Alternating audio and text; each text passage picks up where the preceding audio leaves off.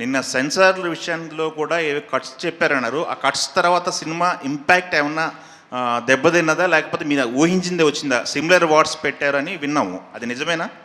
Censor అనేది I have to thank them also. వాళ్ళు బాగా సపోర్ట్ చేశారు.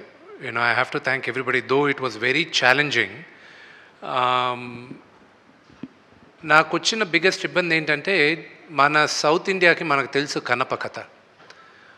నార్త్కి వెళ్ళేసరికి శివలింగం పైన కాలు పెట్టేది, నోట్లోంచి నీళ్ళు పోసేది వాళ్ళు ఒప్పుకోలే.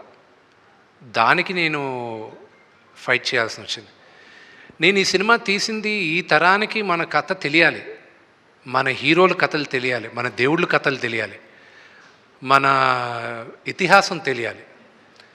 ఇదంతా ఏమైందంటే, లేదు ఇక్కడ గొడవలు అవుతాయి, ఇక్కడ ఎవరో ఒకరు కేసు వస్తుంది. నేను చెప్పా, ఇలా భయపడుతూ వెళ్ళామంటే మనం మన మన హిందూయిజం గురించి ఎక్కడ చెప్పుకుంటాం, మన మన ఇలాంటి కన్నప్ప లాంటి డివోటీస్ గురించి ఎలా చెప్పగలను? ఈ తరానికి చూపించాలనే కదా నేను ఈ సినిమా తీసింది. మీరు నాకు యాక్చువల్గా first it was lot of discussion. దాని తర్వాత దెన్ వాళ్ళు ఇచ్చిన కట్స్ పెద్దగా ఏం లేవు.